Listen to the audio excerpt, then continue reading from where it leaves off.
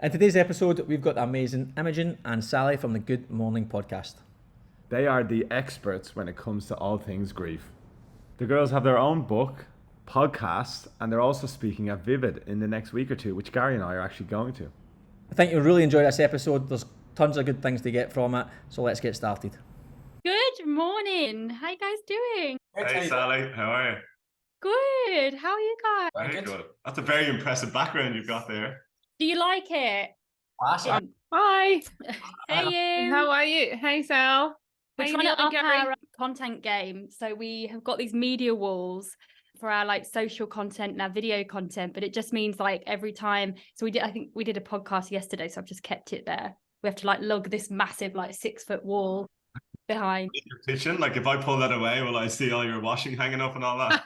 Do you know what? You won't actually. You'll see like a plant and a picture of Kate Bush. It's been like, I feel like we met up for a coffee, didn't we, Neil? Like 9 years ago. When Yeah, I was trying to think. I'm a serial like networker yes, and talker as well from my PR days. yes, it was when you were working for the PRIA.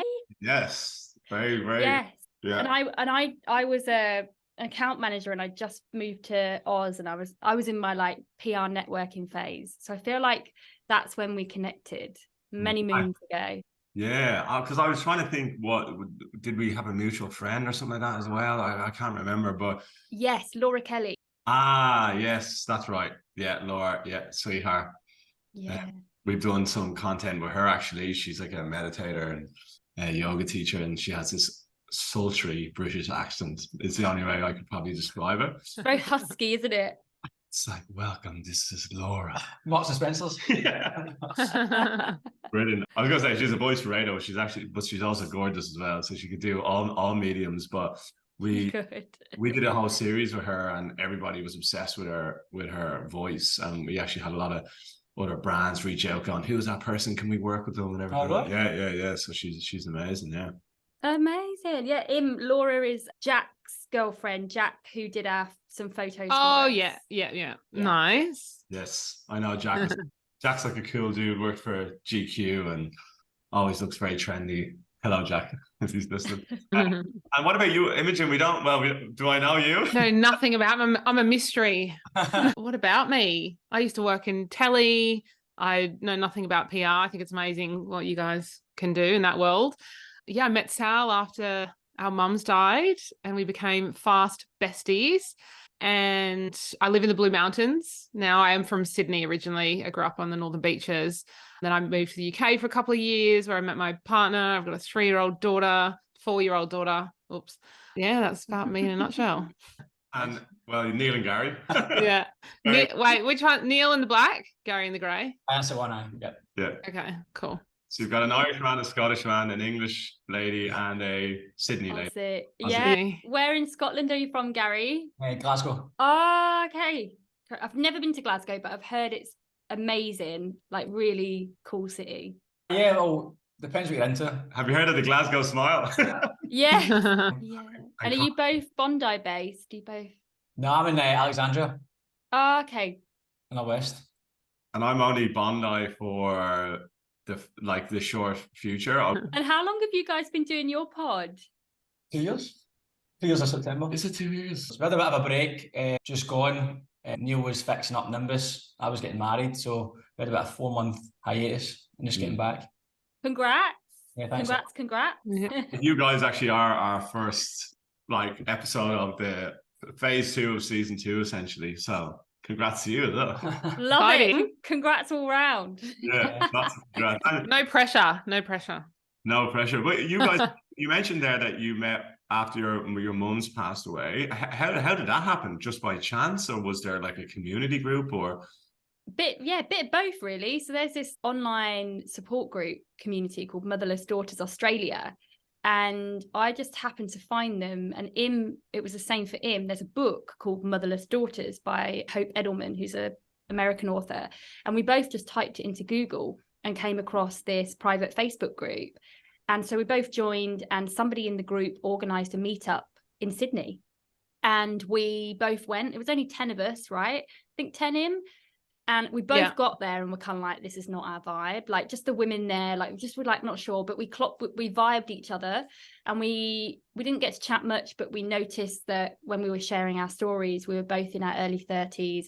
We both lost our mums suddenly within a couple of months of each other. So Im actually stalked me on Facebook and hit me up and said, if you want to like meet up, I understand what you're going through. And that's how we became friends, and we became friends really quickly. And then Good Mourning was born a couple of months later, wasn't it, Im?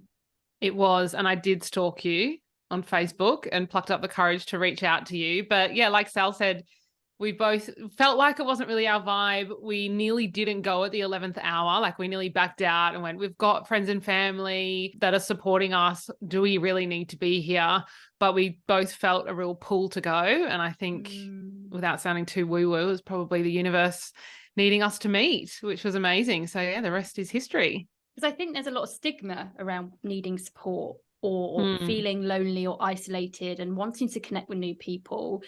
Sometimes we can feel a bit awkward about that. So I think for us both, we really had to push through that awkwardness. And I'm really glad that we did, because it's paid off. But it was definitely a challenge to like put yourself out there. Are you still in that Facebook group?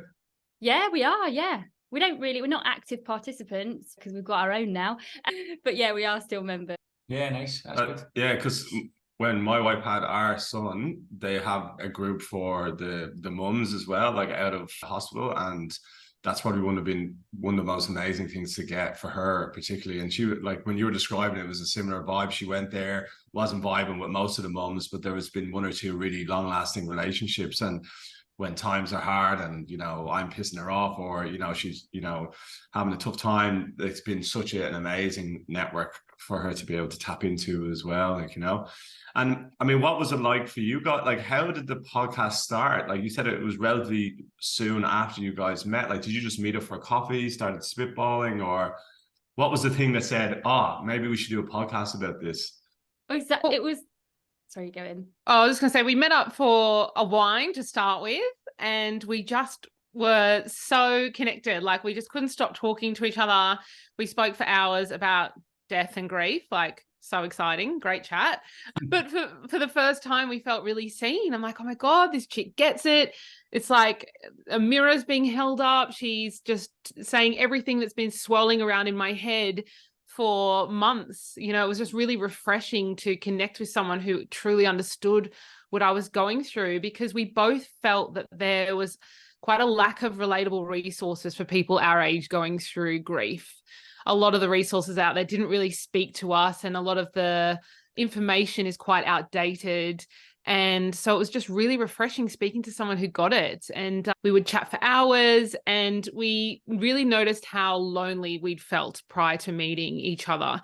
And we sat there and we thought, I wonder how many other people are out there feeling lonely, because we were pretty well supported and we still felt lonely. Like, how many other people are feeling all of these things? And we bounced around a few ideas. I remember we were sitting at DY Beach. We're like, oh, what about a supper club? We can like bring people together and talk about grief. But it was peak COVID, so that was a really bad idea, because no one was allowed to like really spend time with each other. And then yeah, I think we both just like went our separate ways that day, and then like called each other and were like, podcast, and that was it. It was just meant to be. And it just went on from there, and it just hit the ground running and was really successful quite quickly. And I think, sorry, Sally, just interrupt before. Yeah. I just wanted to know, you said you had a lot of support, but you felt lonely. What do you think that was missing from the support you were getting that made you feel lonely? Could you put your finger on it? Well, I think because as a society, we don't talk about grief. It's a taboo topic. It makes people feel awkward because it brings into light our mortality. People don't really know what to say or do. So even with the best intentions, like we had support from our friends, but because a lot of them hadn't been through a big loss and hadn't experienced like big grief, they, as much as they wanted to support us and were showing up for us and, you know, checking in, they didn't quite know what exactly we were going through. Because the thing about grief is it's really surprising, and we can talk about this in more detail, but, you know, it's not just sadness, it's way more. It's incredibly physical. It's really exhausting. You can get like anxious. There's so many elements. It's not just like one big long cry. And that's what Im and I, when we met, we were like, oh my God, do you feel tired all the time? Are you like next level exhausted? Have you got brain fog? Are you anxious and feeling like really panicky all the time? And we were like, yes, oh my God. So we kind of felt seen. And if you haven't been through grief, as much as you want to show up for somebody, if you don't really understand the magnitude of the experience, then it can be really hard to level. And, you know, sometimes when we're going through a really difficult time, like we just want to be really honest about what's going on for us. But sometimes people are just awkward at hearing like the magnitude. You know, people go, oh, how are you doing? You kind of go, oh, do you really want to know? Like, you know, I've been up all night sobbing. I feel so fearful. Like, you know, like I'm just like not myself. I'm exhausted. Like I feel like I've aged 10 years. You kind of don't want to tell them the honest truth. So you maybe sometimes just keep it to yourself, which can be quite isolating. No, that makes sense. I think another factor is as well, if the people who are supporting you are also grieving, that can be really challenging because everybody copes with loss so differently. And it's really common for family dynamics to change, roles in the family to shift. People are all grieving on different like waves. So it can be really difficult to get support from people who are also grieving in your circle. So I think that's another reason why we felt quite lonely and why we wanted to reach out to someone who was out of our circle to connect with. Yeah, it's similar to mental health, really, generally, isn't it? You know, it's a taboo topic. People don't like to talk about it. And then if somebody doesn't experience it themselves, like when you actually think about it, somebody who has no clue what you're going through, trying to give you advice about what you're going through, like it doesn't make any sense at all. And then you've got cultural things or legacy things, depending on your background. Like, you know, like in Ireland, for example, we just drink through the pain. You know, you have funerals were usually the biggest piss ups in Ireland. Like that's it, out of all the things you could do on the calendar, a funeral was when you would drink the hardest, and it would usually be 7 days in the pub or in someone's house. And you know, when you think about it that way, it's like you're also taking all that, you know, societal pressure or as I said, legacy with you. And like how do you draw a line in the sand? How do you deal with it until you're actually in there? Did you guys feel that you were both in the same category of stages of grief? Like you mentioned you had a lot of similarities. Did you guys kind of help each other through that, or did you feel like you were kind of in the same situation? Our grief was very, very different, which was interesting. We were both experiencing the sudden loss of our mums. Sal's mum died from a seizure, so it's called SUDEP, which stands for sudden and unexpected death in epilepsy. And my mum died by suicide. So it was both sudden, both the same like person that we lost, but our experiences were vastly different. And I think a lot of that comes down to like maybe our personalities and the circumstances. There's a lot of factors that come into play of how people deal with things. I'll touch on how I experienced it firstly, and then Sal can maybe fill you in on hers. But for me, like Sal mentioned before, there's this societal expectation that grief is just sadness, right? We just feel really sad and then we get over and move on with our lives. But for me, my grief looked like in the first year, it was guilt, rage, like all of these really heavy emotions that society doesn't make room for or accept. There was a lot of shame. So yeah, there was like really heavy, complex emotions and also a huge amount of trauma. So I was just constantly ruminating in my mind. And I remember like when Sal and I would meet up in the early days, I would just be on a loop talking about details, and bless Sal, she held that space for me. And, you know, there's not many people that would have sat through that. I can imagine it was not very fun to be around, but she really held that space for me. So we were grieving really differently, but I think because we understood the pain, the level of the pain and the suffering that we were going through, we were able to really be there for each other. But yeah, we did have quite different experiences, didn't we, Sal? We did. For me, I didn't have as much anger or guilt. I had a little bit of guilt because as an expat, my mum lived in the UK. So, you know, there was guilt about like not being there when she died or not being around and choosing to build my life over here. But for me, it more manifested in a lot of like anxiety and self-doubt and self-esteem being shot to pieces, really. Like I I became really unconfident of myself. And I think grief can really impact your self-esteem, because we're relational beings. And when somebody you've known all your life, like your mum, who is almost like a mirror to you, is gone, it can impact your sense of self. So for me, it kind of manifested more, I think, inwards in that sense. And and that also was really lonely. But also I had to fly back to the UK and sort my mum's funeral out and deal with the estate. So I found that doing practical things, I mean, I had no choice, but also I think with my personality and my life experience, actually that was almost like a coping mechanism for me. And I needed to do the things, and that helped me process and grieve. Whereas we always talk about that your sister did that element for your family, and she took charge of that stuff. And for you, that wasn't even, like, you just couldn't. So I think we lean into certain kind of coping mechanisms as well. So for it was very much like feeling her feelings and talking about it and having to talk about it to process. For me, I did talk about things, obviously starting a podcast, but I also, did things. I was very practical. You know, I basically PR'd my mum's funeral and all of her estate and stuff. And I found that really helped. But what's interesting, Neil, is I heard you mention the stages of grief just then. And that is a huge misconception when it comes to grief, isn't it, Im? It is. It's one of our favorite topics to educate people on. So basically, when you go into grief, pretty much all people are Googling things like, am I ever going to feel normal again? What's happening to me? You just want to know what grief is and what's going on for you, because it's not something that we are taught about. It's not something that we are prepared for, because society doesn't talk about it. And chances are that if you do Google grief, you are taken straight to the 5 stages of grief, which are denial, anger, bargaining, depression, and acceptance. So what's happened is grievers are looking at these stages as a bit of like a timeline, a linear timeline, going, okay, I'm at anger, cool, I've done that. Then I'm going to go on to, depression and tick that off the box. And then one day I'm going to get to acceptance and then be moved on with my grief, get back to normal or get back to my old self.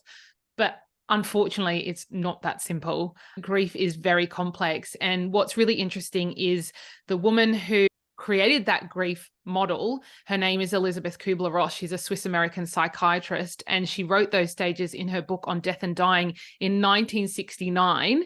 And those stages were never actually intended for people who were grieving. They were observed in her patients who were at the end of their life, so terminally ill patients. So they've come turned into a bit of a benchmark for like grievers. They've been misinterpreted over the years, but it's a huge misconception. So the 5 stages of grief were never actually meant for the bereaved, which is quite amazing, considering we're all looking to them still to, find out what's going on for us and if we'll ever feel okay again. And it's quite mental, really, to think that in terms of mental health, it's mental, like in terms of mental health, right? Things have evolved so much, but yet when it comes to grief, people are still referring to and relying on a model that A, wasn't meant for people grieving, and B, is from like the 1960s. Like there's no way that there are other, mental health theories that people are using from that time, right? It's just grief hasn't really, it hasn't evolved in society's mind in a sense of how we cope with it. People are still using that as the benchmark, and people feel like they've got to almost beat the grief, or I've got to complete this, I've got to finish it, but actually you don't have to. So it's really interesting. In contrast to that, then, here's $1 million question. Then, what is the format of grief, or is there a format? Like we've spoken about the pathways around mental health, which we feel are non-existent for people. When something is going on, you don't know what you should really do first. When it comes to grief, with all your experience and obviously a lived experience, what does that look like then? Is there a roadmap, or there's no roadmap? Is that the kind of answer, or? Unfortunately, there is no roadmap, but it's not as daunting as it sounds. Grief is something that's incredibly individual. It's going to look different, feel different for everybody. But the one thing that is common and that will happen for everyone is grief will be with you for the rest of your life. But something that was really beautiful that was shared with us from Joanne Cacciatore, who's the author of Bearing the Unbearable. And she said that she has clients that come to her and they say, like, grief is an asshole. Like, I just don't want to feel this anymore. Like, I just want this grief to go away. And she explains that, like, grief isn't the asshole. Death is the asshole. Grief is something that keeps us connected to the person who's died, because that's another misconception that society put onto us, is that we have to forget the people who have died in order to move on. And if we're still thinking about them or talking about them, then we're not healing and it's not healthy. But that's just so wrong. And what's actually really healthy and healing is understanding that you can still have a connection with the person who's no longer here. Like Sal and I feel super connected to our mum still. You know, we include them in our everyday, we honor them, we have legacies, you know, we create legacies. Like, I think that's really important for people to understand, is death doesn't end the relationship.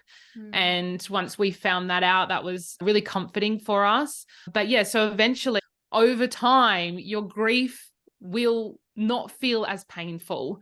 You know, and it's important to allow yourself to feel whatever is coming up for you. You know, for me in that first year, the anger and the guilt, like that all had a place, and I had to feel it and I had to go through it and process it. And some days I still do have that as well. Like, it goes back into, it's not linear.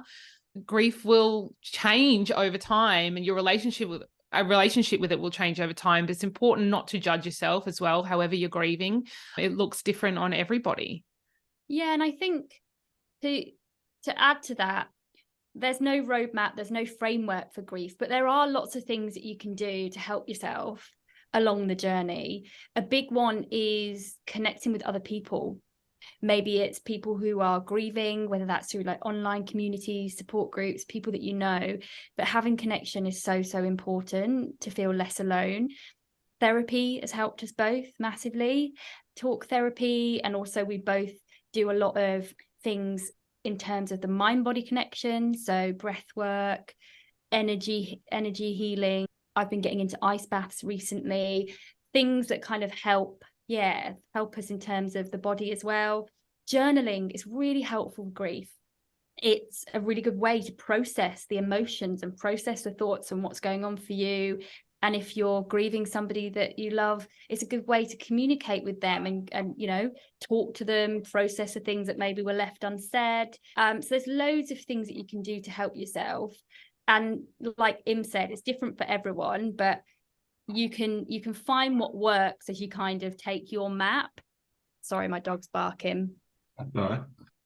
Yeah, it's interesting. Like, I mean, I don't know if you agree, Imogen, but by you guys explaining this situation with grief, it does feel similar to mental health, or at least there's similarities with some of the issues that we think mental health faces as well. There's no silver bullet. It's a bit, you know, like a mind map in terms of your moving through it. And then we also the same thing about you'll never move on from whatever it is you've got, mental health, whether it's anxiety or things like, you're likely going to have these for the majority of your life, but they're not necessarily a bad thing, you know. Like, anxiety is, or even like panic attacks, it's telling you that there's maybe something not quite right, you know, and you need to kind of delve into yourself a bit more. So would you see mental health and grief have that connection, or is there similar things in how it plays out? Absolutely. And mental health is a topic that we're both super passionate about too. And so I was diagnosed with generalized anxiety disorder when I was about 17 years old. So I've been struggling with anxiety for years, panic attacks, derealization, all the things. And when my mum died, that spiraled me into even more mental health issues. And I even experienced depression as well. So I had a whole lot going on for me, but I now feel like I really understand what is happening to me and why I'm anxious, where my anxiety is stemming from, what are the things that I need to do to help it. And it's been a really interesting learning, hasn't it, Sal? Like, we've spoken to some world-leading experts. We recently spoke to a guy called Joshua Fletcher, who is Anxiety Josh on Instagram, and the way he explains what anxiety is and what is actually happening to you was so helpful for me, and it may be for your listeners as well that are experiencing anxiety, because it's a huge mental health issue. And basically, anxiety is a feeling that you get when you are in fear. So basically the amygdala is the fear center of the brain, and it can trick you into thinking that you're in danger. So for instance, my first panic attack, I was just at the shopping center, I was walking around, and then suddenly I just felt like really disconnected from my surroundings. I felt like I wasn't present. The people around me felt really weird, and I just felt really disconnected. And then I went home, I had a shower, then got in the car to drive to the city. And as I was driving over the Harbour Bridge, I had a full-blown panic attack. But I didn't know I was having a panic attack. So of course I thought, I'm dying, this is it. And my vision started going, and I pulled over, and weirdly there was an ambulance right there, and I just ran to it, jumped in it. I was like, I'm dying. And they're like, no, I think you're hyperventilating. Like, it's okay, calm down. And then the doctor told me I was experiencing anxiety, but I couldn't quite comprehend that. I'm like, I'm not an anxious person. Like, I don't really think, like, I've not really had this before. And it was really difficult to believe that that's what it was. And then from that point on, I was so afraid of feeling that fear again that I started putting all of these like safety behaviors into place. Like, I was like scared about driving the car and going to the shopping center and all of these things that were going to make me feel that way again. And so it's just turned into this big catastrophic anxiety disorder over the years. But what was really interesting is Josh just explains it so well. It's like, it's just your fear center tricking you. Like, in the caveman days, it's great, right? Because our amygdala goes off and say, oh, okay, there's danger, I'm going to run away from this lion. But nowadays, we don't really have those sorts of dangers. So we could just be doing really mundane things like doing the shopping, the grocery shopping, or in a meeting at work, and this fear center goes off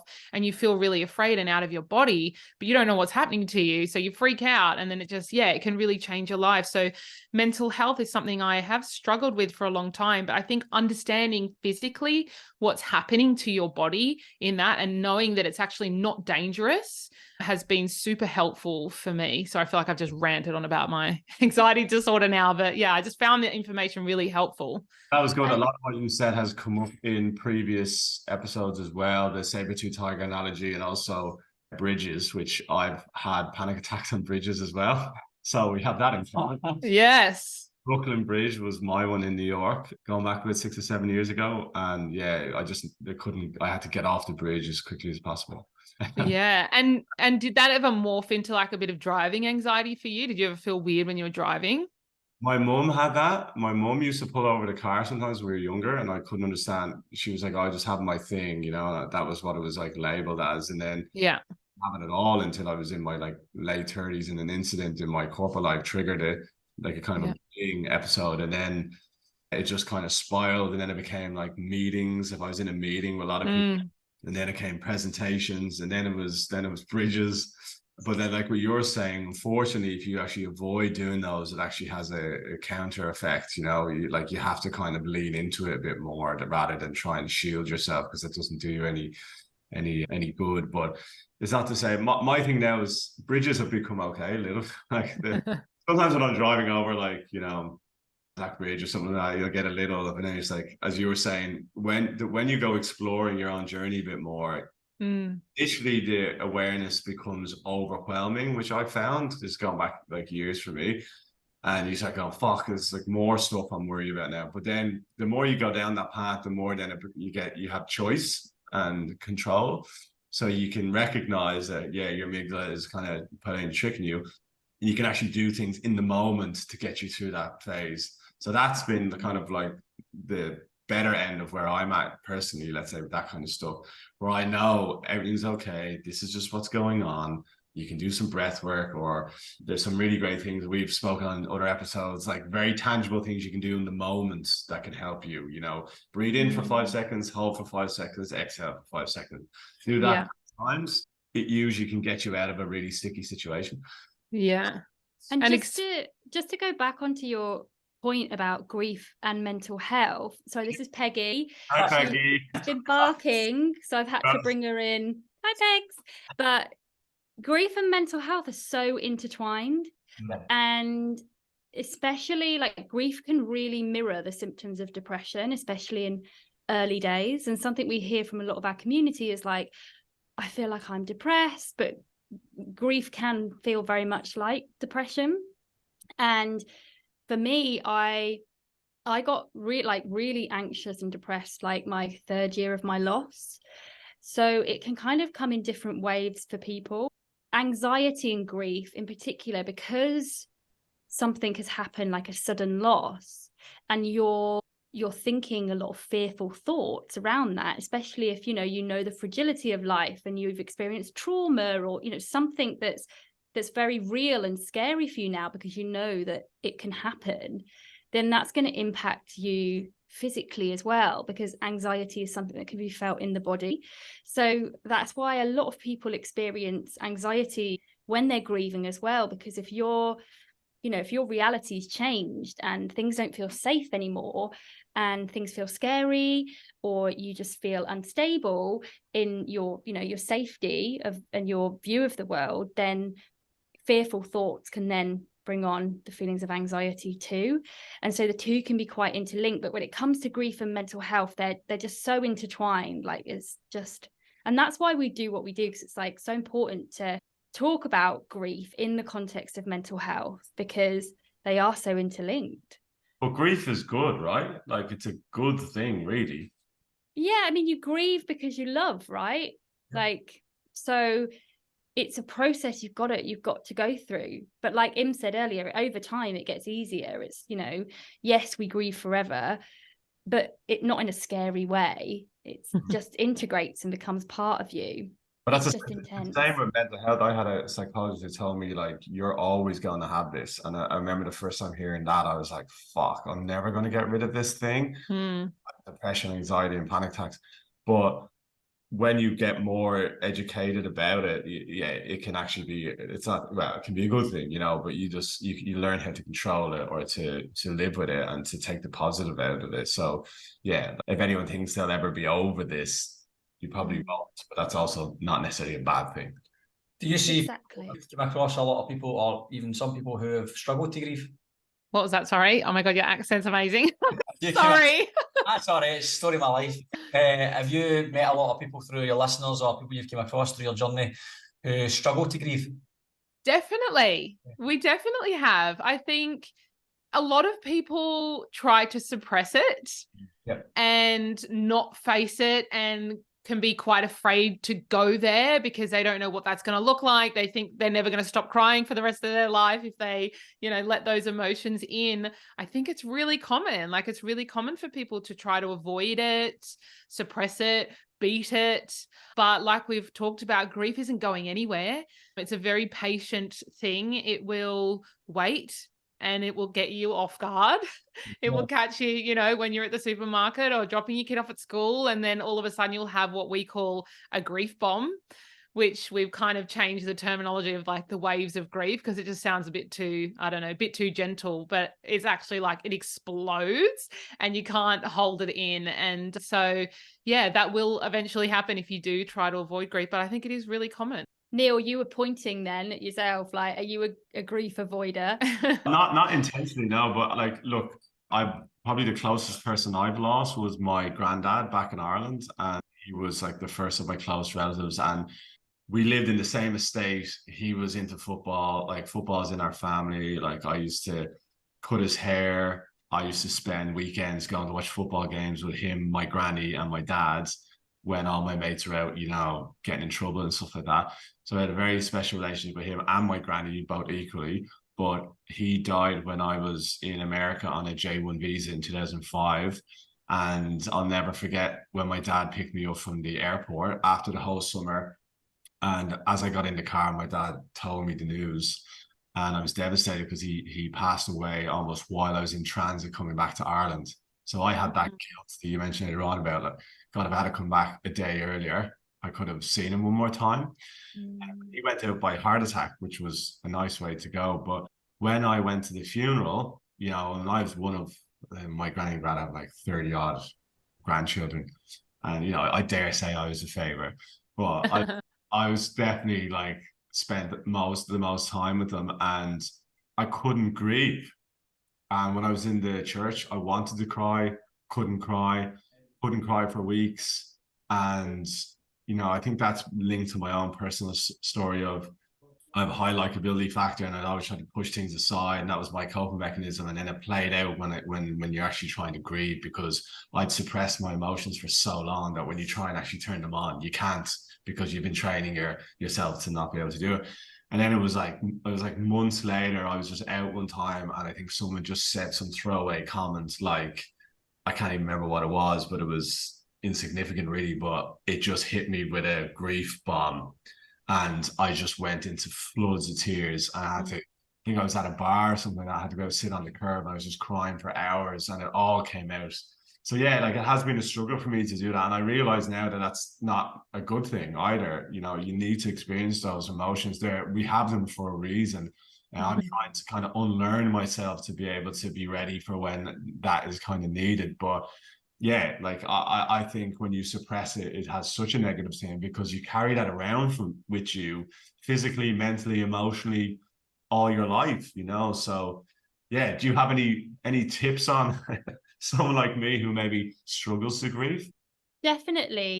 We have a term that we coined called having a grief sesh.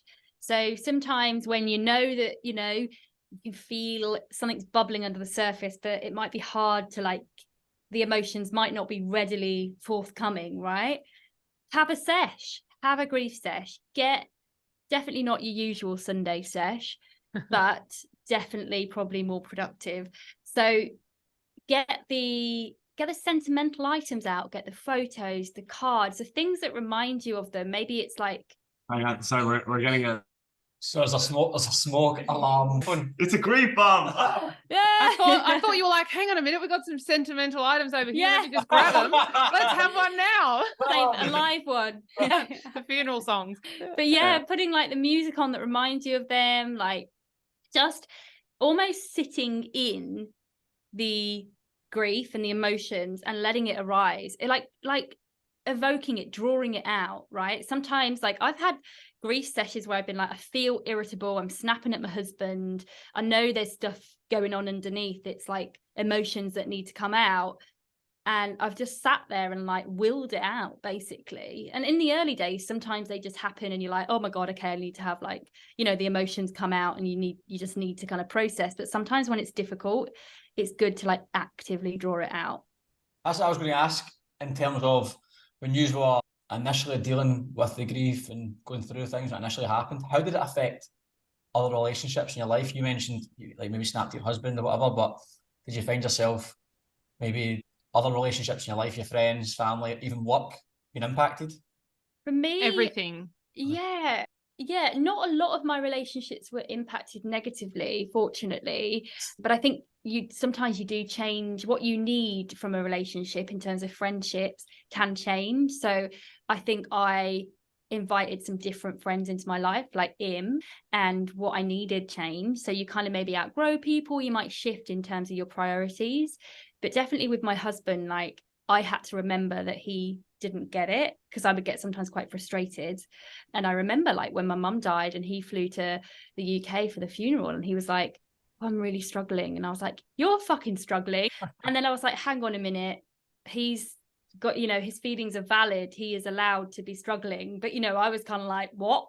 So I had to work on that. But yeah, luckily it didn't impact too many of my relationships.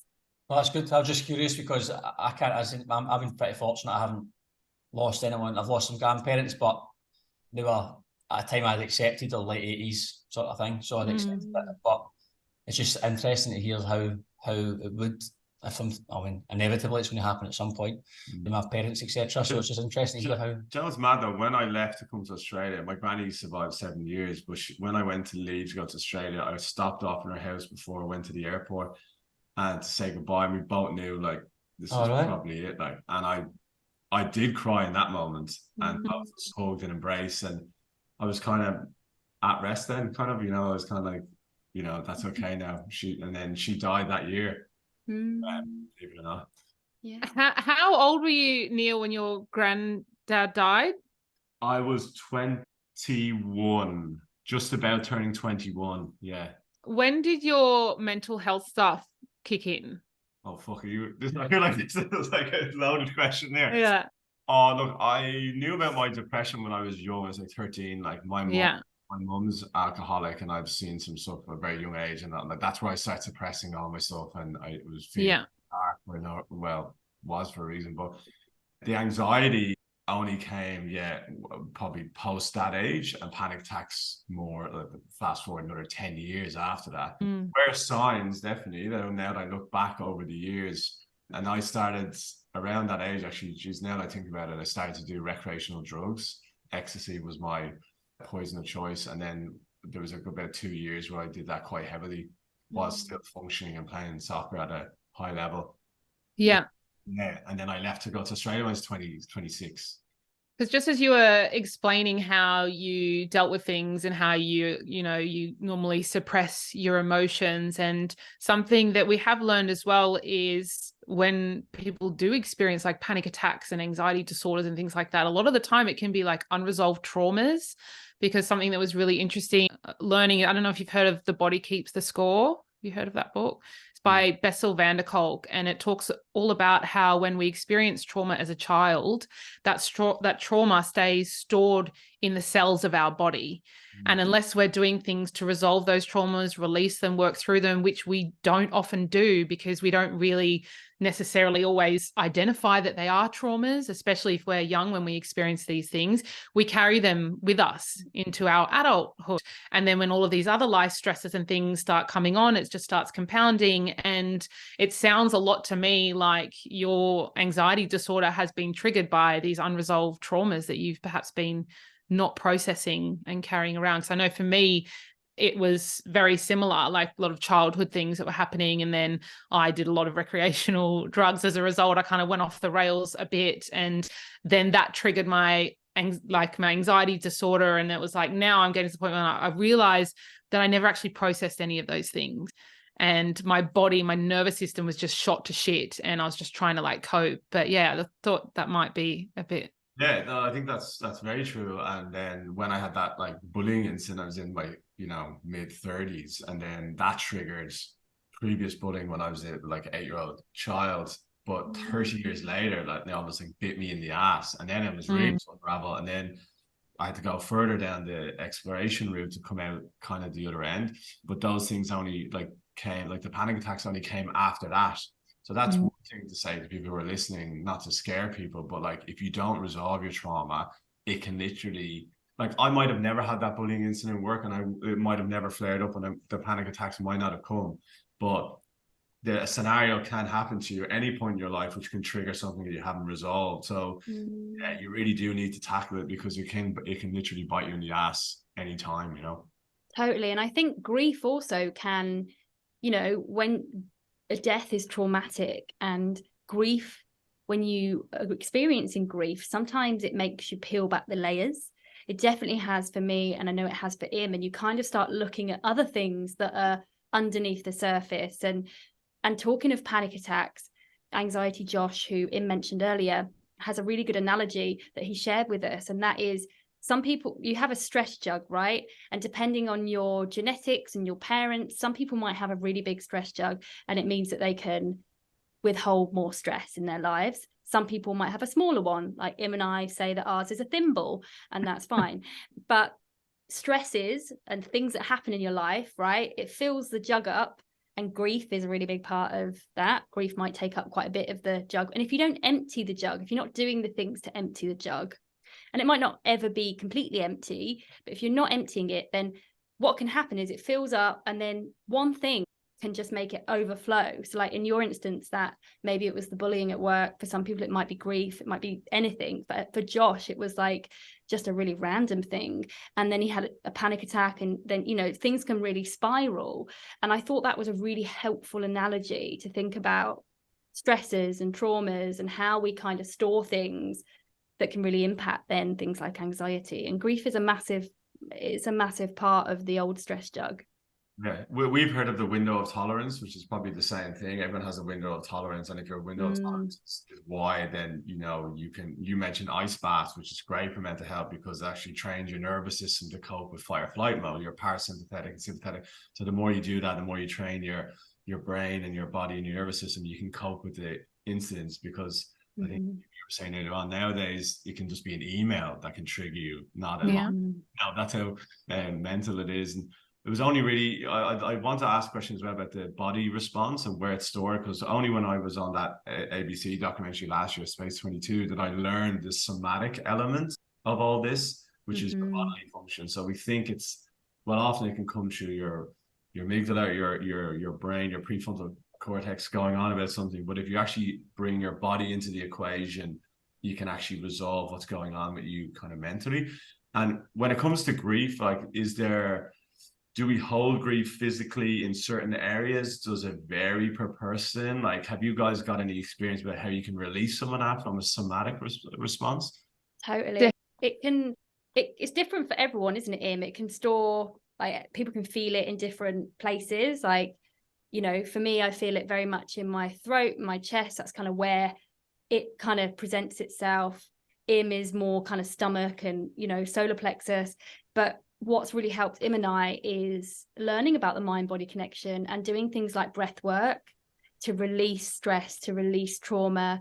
Because like Im said, it does get stored in your cells. So breathing, like, you are releasing that, you're moving that energy through your body. Ice baths as well, like, you know, coping with resilience and like you said, Neil, training your body to know that it can withstand stress. That can be really helpful. And Im, I know you've got some good tools as well. I don't know if you've ever heard of Kundalini activation. Have you heard of that before? That's a form of yoga, isn't it? Or and with breath work, isn't it? Well, technically, yeah, it is Kundalini yoga, but we connected with a trauma-informed healing, energy healing woman. She's incredible. Her name's Rebecca Jack. She's been on our podcast before, and we've done a 5-week intensive breathwork course with her. But she has started doing what's called Kundalini activation. And to be honest, this has been the best thing for me personally in terms of like my trauma that I hadn't resolved after my mum died. Because, you know, a lot of people listening be like, how are you supposed to resolve traumas? What if I don't even know that I've got these traumas? But the amazing thing about energy work is you don't have to consciously come up with what all the traumas were that you went through. Your body will know, because your body does keep the score. Your body is very clever and intelligent. And so with this energy work with Kundalini, you just lie there and you have someone who is an activator, so someone who can do this work for you to activate your Kundalini energy. So everyone has this energy that lays dormant in the base of their spine, in their base chakra. And it's quite wild. Like, it's not for everyone, just going to say that, but it has absolutely helped me with my anxiety disorders and the trauma. And it's just this energy healing. You can feel the energy moving through your body, and your body is healing itself, because the body is actually incredible. Like, it can heal itself, but we don't do the things to let it happen. Imagine you're holding on to that subconsciously.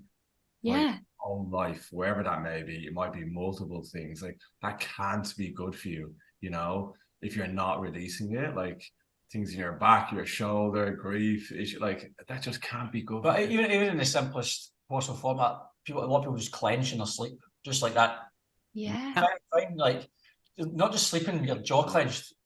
That's probably the most common one I hear. But just very straightforward things, even post-session, if we're doing breath work. So if you finish a hard training session, I recommend everyone do this. If you train a lot at the gym or you do sports, as soon as you finish a session, a lot of people finish a session, grab a towel, shower, up the road. But if you spend 3 to 5 minutes just going back into the parasympathetic nervous system usually I like to do it with feet elevated on like a 90-degree angle, lie back and just do box breathing or long exhales, longer than your inhale for 3 to 5 minutes. And that immediately starts the recovery system and gets rid of that stress, because what can often happen, I know people who go to the gym at lunch break, go straight back into work environment, super stressful environment. So that stress they've maybe taken from the morning of work or whatever it is, into the gym session, which at the end of the day is physical stress as well. That's just what our body sees as stress. And then you don't recover from it. And I don't mean recovery as in good night's sleep, good food, etc. I mean, in just that period like we're talking about, the energy, the nervous system, going into a work stress environment, then you come home from work, probably exhausted.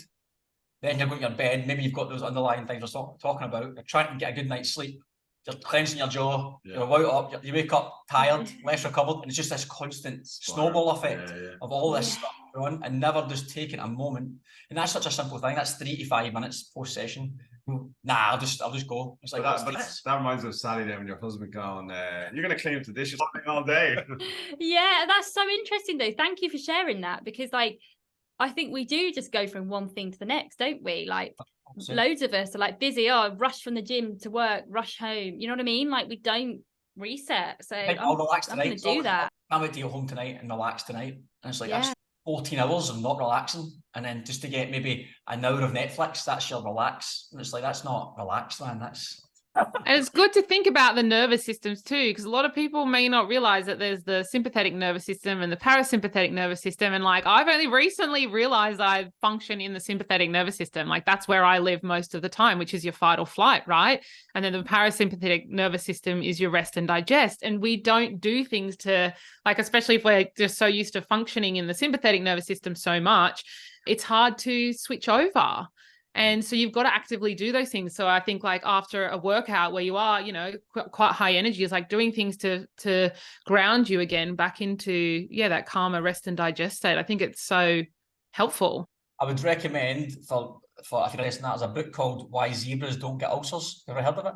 No. I mean, that was Why Zebras Don't Get Ulcers. Written by Neil. Yeah, the authors wrote it really, really well. It's quite easy to read, but it's one of those books. Go through it a couple of times, and if you learn it properly, you'd probably be in the top 5% of people in the world who know about that sort of stuff. It's so. I'm excited. Definitely. That's so exciting. I've just looked it up on my. Have you guys heard of Blinkist? No. It's like any book. You get 10 minutes. You can do audio or read it, and it'll just, so if you're going to go a walk, you can spend over 10 minutes. Blinkist. I only learned about Chat GPT. Oh, that's a game changer too. That's a game changer. People are like, how do you not know with you, old bastard? I think this is good to get somebody and you go, do you know what? I'm going to buy that. Because sometimes I go on Blinkist for a book I've read previously, and I think it was good, but it didn't really give me the points that I got from the book.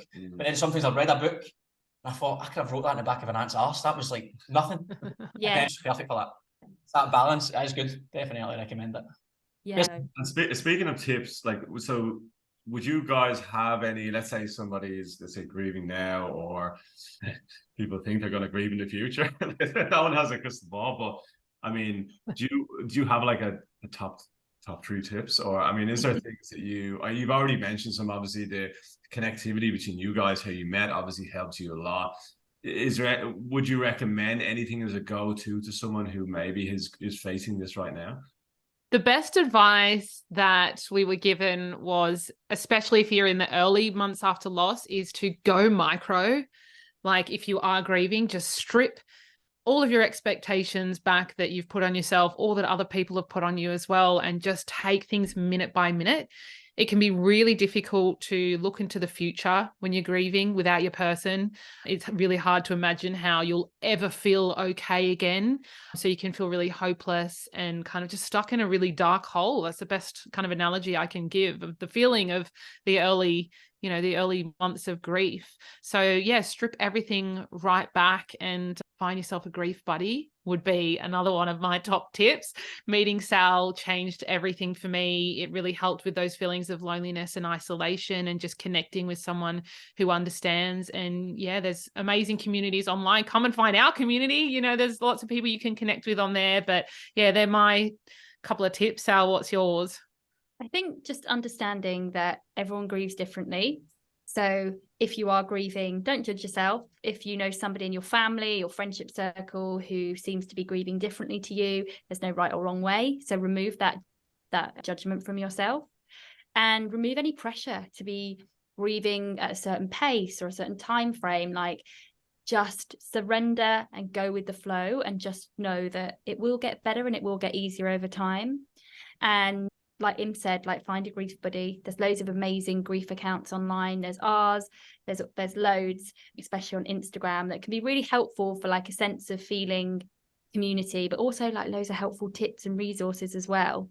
Yes, Neil and I are in the process of putting a little book together for practical pathways for mental health, basically looking at the analogy Neil often gives us. If you break your arm, there's a very clear process on how to heal that arm. You go to doctors, you get sticky, blah, blah, blah, blah, blah, you get a cast. But for mental health, that's often the first issue, is that people like, I what do I do now? And there's lots of tools and strategies, and you can try all these. Like often we can get bogged down in the sort of 1% things. Like I see an ice bath or even working out and all that. Sometimes that can be like little things. That's good, but is there an actual first step, real pathway that's going to make you know yourself, if you get something you want to achieve and it's bogging your mind down, sometimes just getting started is enough just to clear your mind and get you a wee bit excited. Like, okay, I'm on the right journey here. If we were going to talk about grief, and obviously use the two of the experts on that, what pathway, so we suggested a grief buddy. Would you say that would be like the first pathway for people? Just finding a grief buddy or going to a community? Yeah, I think so. Finding support. So is there a support group in your area in person, or maybe it's online? So for us, it was Motherless Daughters Australia. They had an online Facebook group. So seeing what support is out there, because I think having connection with other people going through grief is a really good first step. So yeah, just seeing what's available in your local area. How would you draw the line? Because I was thinking, what would you recommend not doing? And there's some obvious things like drugs, alcohol, but then there maybe is some, let's just say, naughty things that might be good. That could be like your diet, maybe eating a burger. Like, you know, do you guys have any recommendations on what's above the line, what's below the line? Or is it, you know, is it okay to go a bit rogue? Like, do you need to let off some steam? Like, what's your opinion on that? Oh, I let off so much steam when my mum died. I'd like quite a few benders with my cousins when I first got back to the UK. So, you know, not advocating for that, but I think sometimes you do need to just let loose. But also I think it's being mindful as to when things become a crutch or an unhealthy coping mechanism.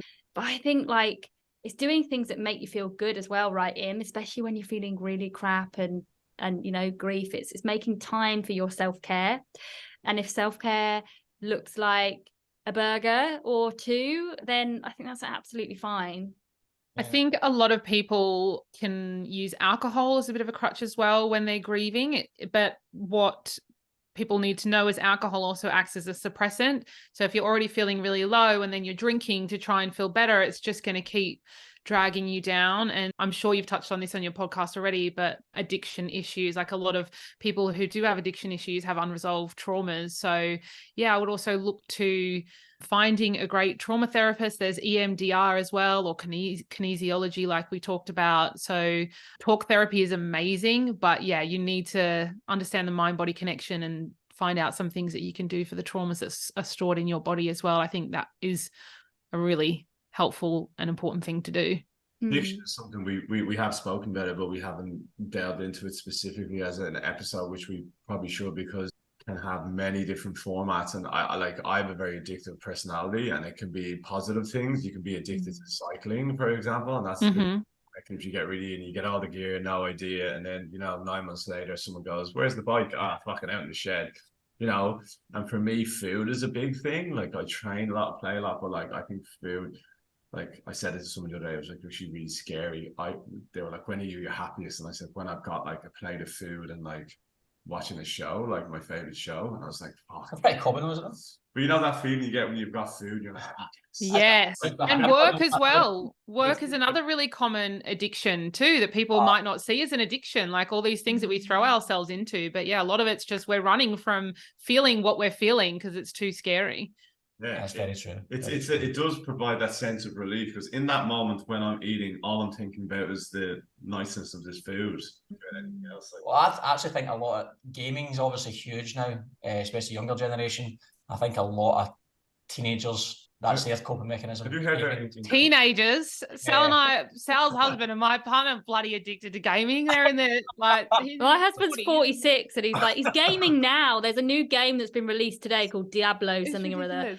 And he's literally, him and his mate were on at 9 a.m. like waiting for it. Ben went to bed at 1:15 this morning because he was up gaming. I'm like, mate, it's a fucking work day today. Like, what are you, 12? Like, don't get us started on gaming addictions. This is a whole nother episode. The two things that I don't do is gambling or gaming. Thank Christ I don't do any of them, because it's far. But have you heard about what's going on in Korea at the moment? Apparently all these kids in Korea are so addicted to game and they won't leave their bedroom. So all the mums and dads and everything have to like slip food in under the door kind of thing, because they won't even leave to go to the toilet. Wow. That's how addictive it's become, you know. But ending on a good note, we usually end on a quick fire question section. So I'll let Gary. Well, actually, before we do, I just wanted to say, because you've obviously got your book, you've all got your little 35 card deck you've got, and also Vivid coming up. We're going to it. We're going to see We've it. got tickets. I love that. Yes, we've got our book, which is called Good Mourning, Honest Conversations About Grief and Loss, which is published by Murdoch Books. Just a caveat, people might think a book about grief. No thanks. It's been called Uplifting. It's really easy to digest. It's conversational, friendly, dare we say it, a little bit fun. So if you are grieving or if you're supporting someone, we also have a chapter on how to support someone grieving. So definitely check it out. And we have grief and loss support affirmation cards on our website that we designed with one of our listeners. And obviously our podcast, Good Mourning. So that's great, because that's exactly how we see mental health. Like, you have to just fucking lean in and have fun with it. Really, it shouldn't be a thing that you put on a shelf and you ignore and the kind of stuff. So you really have to lean into it. And if it wasn't for grief, you two guys wouldn't even have met each other. So Yes, exactly. Yeah, cool. We'll wrap this out. So it's basically as quick as you can, just simple one-word answers. Anyone can answer it pretty much. Where do you think the world is out of 10 in regards to mental health awareness? The whole world. 6. It's getting better. 6. Still lots more work to do. Okay, cool. This one maybe individually. Where are you currently out of 10 in regards to your own mental health right now? 8.5. Okay. High score. 8.5. 7. 7. Okay, and then if you could recommend just one thing that people could do each day to improve their own mental health, what would it be? Befriend yourself. Talk kindly to yourself like you would a friend. Exercise. Move your body. Good. Love it. And then lastly, how do people find you? Instagram, website? We're over on Instagram at Good Mourning Podcast, Mourning with a U, and our website is www.goodmourning.com.au. Yeah, you've got a huge network over there. I had a look. I was like, "Fuck me, damn, we've got a lot of work to do." It's a lot of dead people out there. People are looking for support. And that's not going to change, right? That's not going anywhere. 100% of the world is our target audience. So we're doing something right. I mean, you guys are a bit. I mean, we only got our tickets this week. I presume there might be a few still there. Yes. 17th of June, Saturday, 17th of June, 12:30 at the Telstra Business Exchange in Sydney. It's going to be an interactive conversation about grief, and we promise it will be fun. And we're really excited that you guys are coming. Thank you for getting us here. That's awesome. Great. Oh, it looked amazing. Yeah, good on you guys. We're huge admirers of you guys from afar as well. So thanks very much for coming on the show. We really appreciate it and can't wait to share with our community. Thank you for having us. It's been just great to chat with you both, and you guys are awesome. So keep doing what you're doing because it's really important. We will. Well, enjoy the rest of your day, enjoy your weekend, and we'll see you in a few weeks. Cheers, guys. Thank you. Thanks, see you guys. Come and like chat when you're there. We'd like to. We will. Well, no, Sal's already met you, Neil, but yeah. Thanks, guys. Thank you, guys. Bye.